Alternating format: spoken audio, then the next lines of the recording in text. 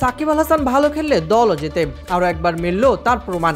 Max 60 Caribbean Miami bless পেয়েছে দারুণ এক জয়, আর এতে বড় অবদান রেখেছেন সাকিব। টানা 2 হারে আসর শুরু করা দলটি এই জয় হালে কিছুটা পানি এসেছে, জমিয়ে তুলেছে পয়েন্ট টেবিলও।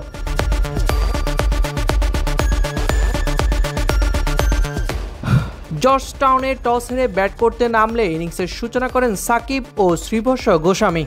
শ্রীবর্ষ 5 রান করে সাজগড়ে ফিরলেও ব্যাট হাতে ঝড় তোলেন সাকিব আল হাসান। মাত্র 11 বলে 3-4 ও 2টি ছক্কায় 29 রান করেন তিনি। সাকিব বিদায় নিলে দলের হাল ধরেন অধিনায়ক অ্যাঞ্জেলিও পেরেরা। 22 বলে 45 রান করার পথে তিনি হাঁকান 5টি 4 ও 2টি ছক্কা। তাদের ব্যাটে ভর করেই শেষ পর্যন্ত নির্ধারিত 10 ওভারে 5 উইকেট হারিয়ে 110 রান দাঁড়ায় মিয়ামির সংগ্রহ।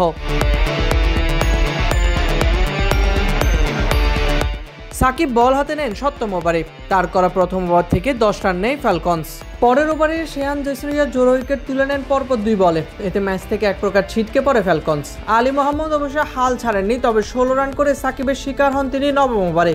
শেষ পর্যন্ত জয় নিয়েই মাঠ ছাড়ে মিয়ামি। সাইদ ইবনে শামস, বিডি ক্রিক টাইম।